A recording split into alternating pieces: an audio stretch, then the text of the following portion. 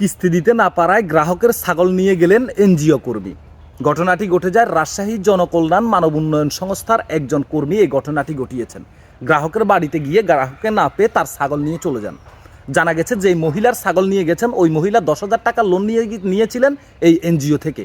Loan নেওয়ার পরবর্তীতে তিনি ওই টাকা দিয়ে কিছু পণ্য কিনে সেগুলো রাস্তার ধারে একটি দোকানের সামনে বসে বসে বিক্রি করেন।